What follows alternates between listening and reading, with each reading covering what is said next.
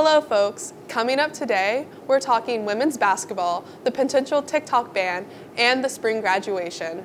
And summer break. Stay tuned for Buckeye TV.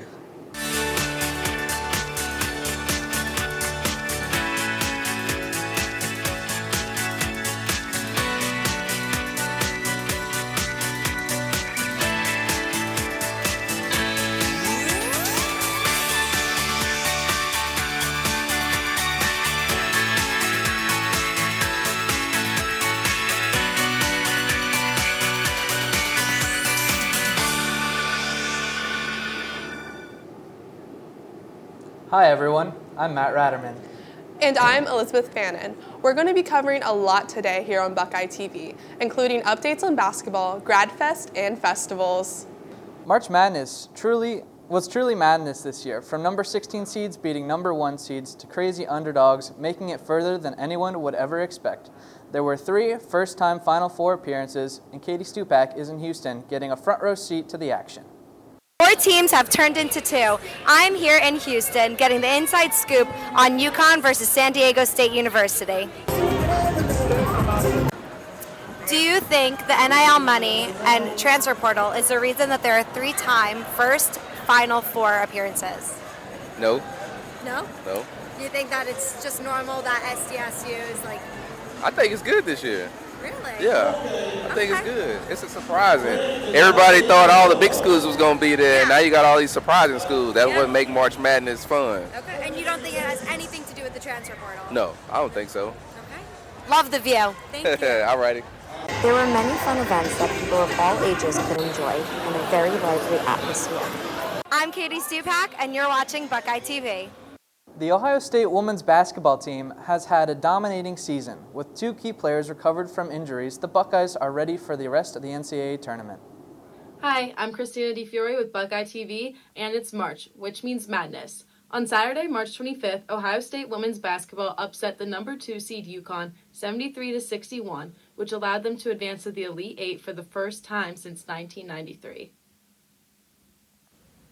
4 minutes into the game, UConn built an early 10-2 lead. Ohio State ended the quarter on a 6-0 run to cut its deficit to 17-15. Cody McMahon opened the second quarter with a three-pointer, giving the Buckeyes their first lead of the game. Ohio State scored the first 11 points of this quarter, 9 of which came from McMahon, to grab a 26-17 lead. Ohio State ended the third quarter with a Taylor Theory layup and a 54-44 lead. The Buckeyes started the fourth quarter on an 8-2 run to extend their lead to 62-46 with 8 minutes to play. Ricky Harris scored 7 consecutive points on the floor. The Huskies extended their run to 9 to get the Buckeyes' lead to single digits at 64-55. A 3-point play from Cody McMahon ended the Ohio State scoring drought, and J.C. Sheldon got to the line down the stretch and capped scoring at 73-61. Ohio State women's basketball will play the number 1 seed Virginia Tech 9 p.m. Monday, March 27th. I'm Christina DiFiore with Buckeye TV. Let's go Bucks. The women's team played hard, but lost to Virginia Tech 84-74 in an Elite Eight matchup. And in the end, it was LSU beating Iowa for the championship. TikTok lovers might have to say goodbye to their favorite app. Athena Markowski has the latest on the ban that the U.S. Senate is looking at to pass and the impact it could have on social media. Hey Buckeyes, are any of you TikTok fans? I'm sure most of you are, as 18 to 24-year-olds currently make up 38.9% of TikTok users, or 409 million people. Well, I've got some bad news for you. The U.S. Senate is pushing a new bipartisan bill that could ban TikTok and would give the federal government power to restrict technologies emanating from China and 5 other nations. So I think for a lot of students, TikTok has become a way to get unedited news about things that we don't typically see. And I know I use TikTok a lot to hear about what's going on around the world. And I think if we ban TikTok, it would kind of be preventing the average American from getting the unedited version and opinions of people that are typically overlooked in society. Not only that, but a lot of students use TikTok as a way to express themselves, a way to relax after a long day. And I think taking that away from people would really be repressing something that doesn't really harm anyone, but benefits most people that use it. So what could this mean for TikTok users and organizations? Yeah, well, short form videos would definitely have to find a new home. Reels, I guess, would be one of the next spots, but I think YouTube Shorts is probably a better option, especially for like monetary values, because Reels doesn't really pay their users, from what I've researched and heard. But YouTube is probably one of the best platforms when it comes to making money off of your content. And in a work aspect too, I think it's YouTube Shorts is definitely more of a, I guess, I like the compatibility of the platform. I think it's a lot better than Reels in a sense. So those will probably be the next two places, it's sad because TikTok, everything about TikTok I think is better. Like as far as editing in the app, even like the external apps like CapCut I think are very helpful. And just like I said, the ability for your content to get pushed out to the masses. For Buckeye TV, I'm Athena Markowski. Next up, we'll be covering graduation regalia discounts and are finals a scam? We'll keep you posted on these stories after the break. Pro Day gave the world another look at Ohio State athletes. Matt Goldman has the update on how they did. Behind me is the Woody Hayes Athletic Center, the home to the 2023 Ohio State NFL Pro Day, which was on Wednesday, March 22nd. In front of many teams, 30 out of the 32 NFL teams that are here to watch the workouts of C.J. Stroud, Paris Johnson Jr., Jackson Smith-Njigba, and other members of the football team hoping to get drafted into the NFL. On Wednesday, March 22nd, Ohio State hosted the NFL Pro Day at the Woody Hayes Athletic Center. Many storylines were included, with 30 out of the 32 NFL teams, over 10 head coaches, 10 GMs. And the big storylines were C.J. Stroud, the possible number 1 overall pick in the draft, the 2-time Heisman finalist quarterback for Ohio State. All eyes were on him, with ESPN and NFL Network in the presence to watch Stroud in action. Stroud showed off his presence in his arm. The other big storyline was wide receiver Jackson Smith-Njigba. The junior wide receiver, arguably one of the top talents in the NFL draft, especially among this talented wide receiver class, showcased his healthy hamstring that sidelined him a majority of the games this season for Ohio State. Wide receiver teams that are looking to add another piece, such as the New York Giants, were in attendance. Smith-Njigba talked about how great it was to meet with the Giants for dinner last night and to play possibly in the Big Apple. It was great dinner, great conversation, great people, and great coaches. I feel like they're on the come up. You've seen it last year, they'll make the playoffs. Yes, sir. Just them making the playoffs and them doing their thing. So, I definitely love meeting with them. We had a great conversation, a great time. So happy I got to be able to do that. What would it be like playing in New York? I would love to be, in the Big Apple in New York. It would be a blessing, a dream come true.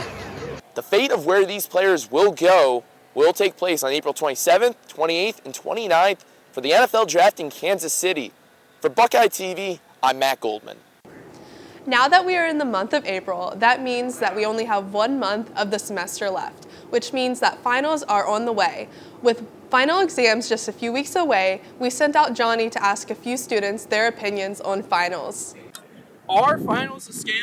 We're going to be talking to a few students as we're now in the month of April. Exams is just a few weeks away and the air is warming up. Now it's going to get students thinking about finals week. Tell us about your opinions and your experiences with finals week. Well, they're usually pretty stressful. I know that they're important to see what you know as a student at the end of the semester, but I do think they add a lot of undue stress. After speaking to that one student, I asked a few other students for their thoughts and opinions. What are your thoughts on finals week? I feel like finals week can definitely be stressful. Main reasons being is there's not enough time to study in between finishing classes and going on straight into finals. I also feel like there's a lot of activities happening on campus, which while it can be nice, it can definitely be a bit distracting from focusing on your studies. And another thing is I feel like there's a lot of material, especially in some classes, that they give you very last minute to learn, which you don't have enough time to practice or work in labs for before finals. After doing some research, I ran into an article called Research.com that just came out back on March 17th, and it statistically found the leading causes of stress and anxiety. It turns out that finals and midterms accounted for the top source of stress at 31%, while the class and workloads were next at 23%, while homework only placed at 13%. But as of now, finals are clearly not helping students. This is Johnny Gormley from Buckeye TV News. The Ohio State Bookstore offers discounts for upcoming graduates on graduation regalia. Jessica Langer has the latest on how the store prepares and sets up its 4-day sales. Behind me right now is the Ohio State Bookstore on North High Street. It is gearing up to help the spring 2023 graduates prepare for the big day with deals on diploma frames, stoles, and more. Students graduating May 7th took part in the nearly 6-year tradition of this caliber of GradFest from March 28th to the 31st. This event enables students the ability to shop with special savings for their diploma frames, graduation regalia, and stoles. Aaron Sandona, general manager of the bookstore, said hundreds of students participate in GradFest, and it grows every year. BuckeyeFest is an opportunity for students to not only come and shop for their regalia and frames, but also connect with several resources that we have available.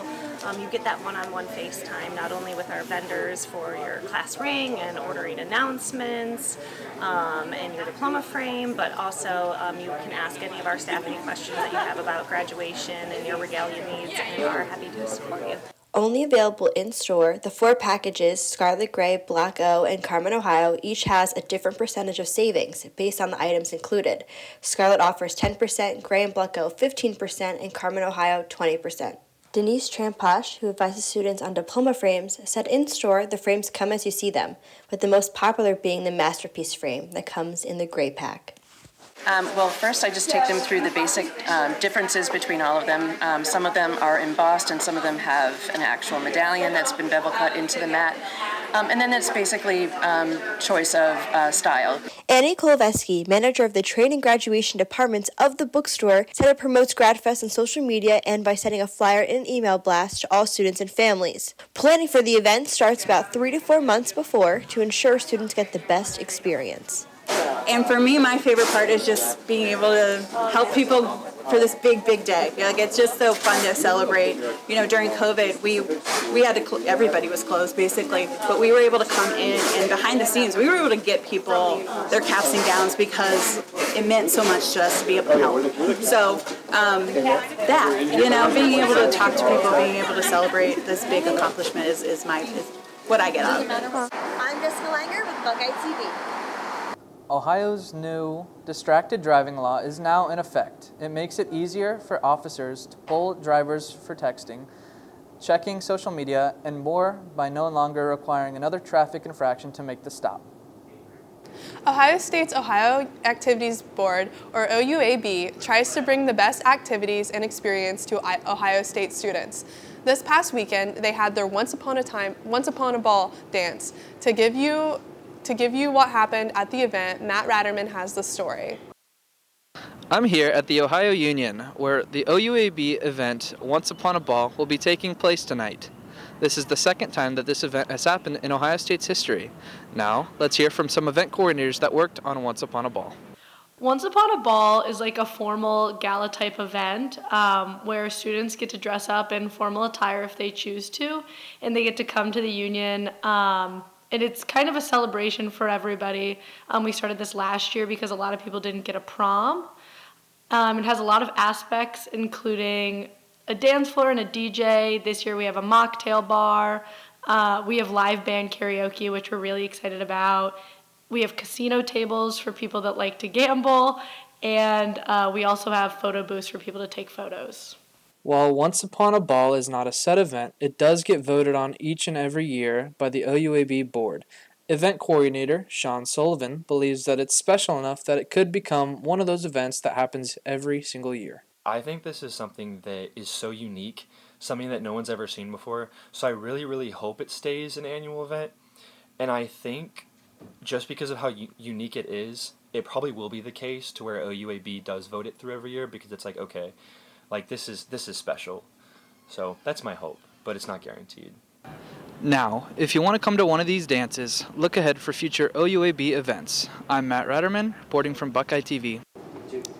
Coming up, we will be covering the Contemporary Music Festival and how students feel about the upcoming concerts. Stay tuned for what's up next after the break.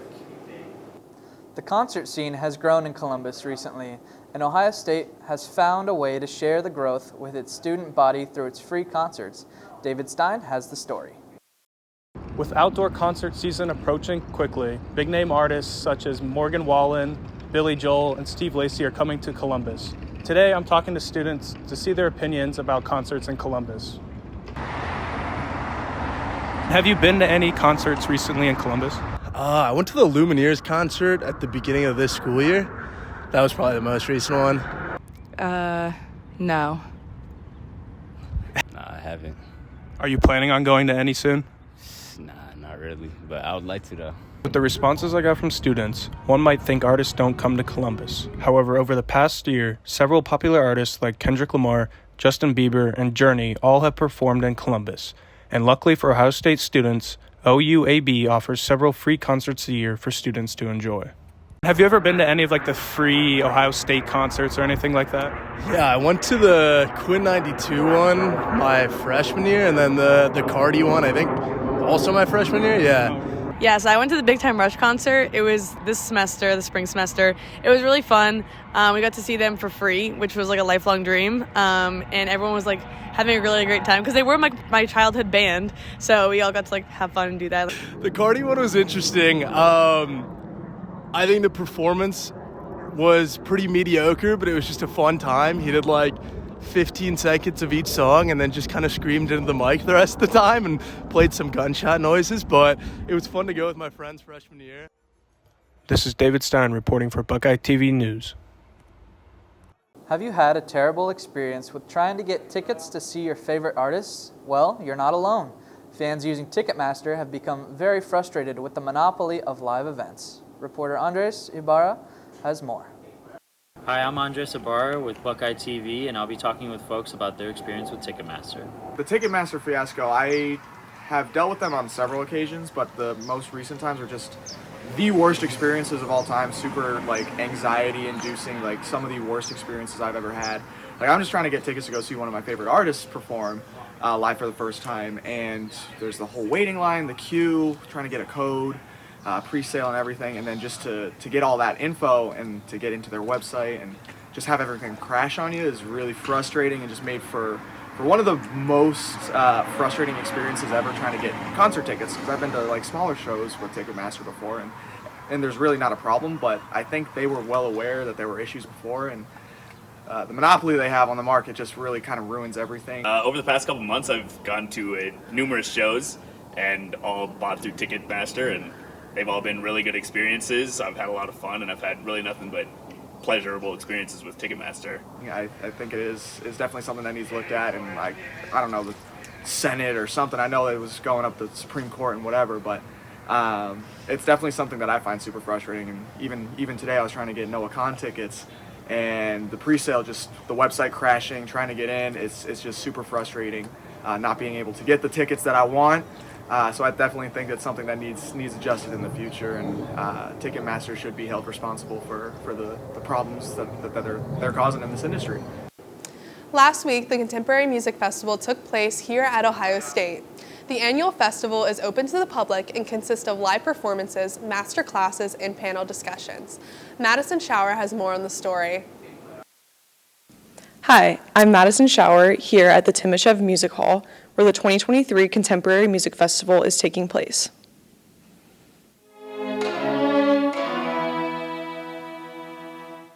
Well, as a saxophone player and a lot of the more newer instruments like euphonium and things, new music is kind of more interesting to us, I guess, because either for saxophones you either get new music that's written by modern composers, or you get to steal old music, then that's kind of boring. So. The Contemporary Music Festival, this is a return of the Contemporary Music Festival since the pandemic, and it is sort of a broad, encompassing thing, because contemporary music means so many different things. It means music that's being made today by living composers, living musicians, and so with that, we're trying to showcase a broad spectrum of not only the School of Music and what we do with contemporary art, with this. The medium of music, but also we had a guest artist in Eighth Blackbird, which was it's probably one of the most important contemporary music ensembles in the world, and they're based in Chicago, and they have deep roots in Ohio, and so we had them here, and they not only performed for our students, but they engaged with our students in many ways. There's also been student performer opportunities. Student composers are having a concert. The faculty composers have had a concert. We just did an improvisation session. It's been really sort of the full spectrum of contemporary music, and it's been really exciting. Although this year's music festival has come to a close, be on the lookout for more music events around OSU's campus. Reporting for Buckeye TV, I'm Madison Schauer. So, what's your favorite scary movie? Horror seems to be the up-and-coming genre in Hollywood. Many reboots of iconic scary movies are underway. And why is that? Eric Six has the story. Many horror movies have been catapulted in production due to the recent success of Scream 6 being released in theaters. In 1 month, it has made over $143.9 million worldwide. So, are horror films back? How do you think horror movies are making such a strong comeback? I think for one, one reason they're making a comeback is, people are, at least for me, like people are tired of seeing like the same, blockbusters, Marvel movies, DC movies. Like we want to see something else. We want to see different things. It has to do with the popularity in like mainstream media, like TikTok, video games, and just a bunch of it's just created a wide range of horror fans that are coming out and enjoying these movies more often.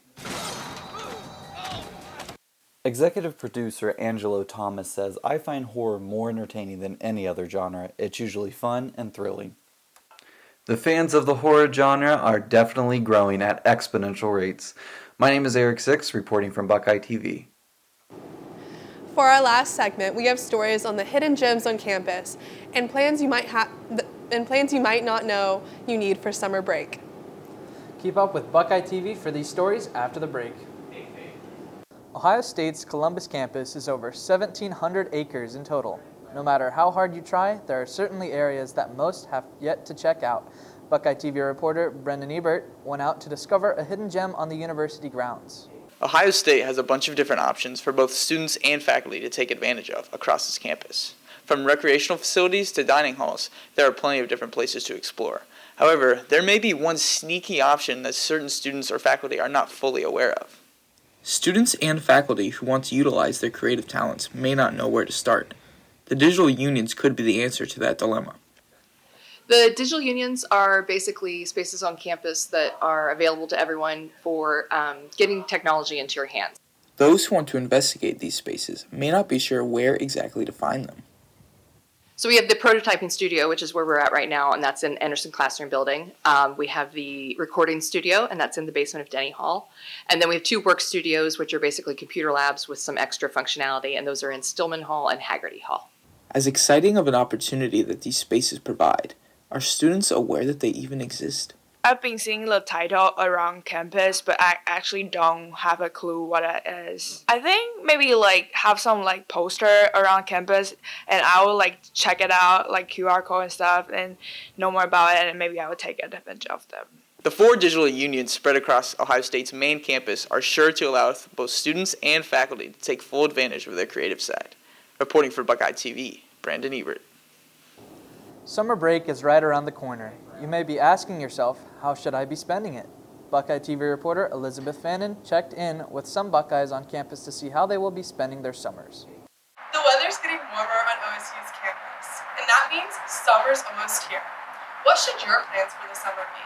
I checked in with some OSU students to see what their plans for the summer are. Currently, my summer plans are a little bit up in the air, but I plan to go back home to my hometown vet clinic and continue working there as a veterinary assistant, where I've been for the last 4 years.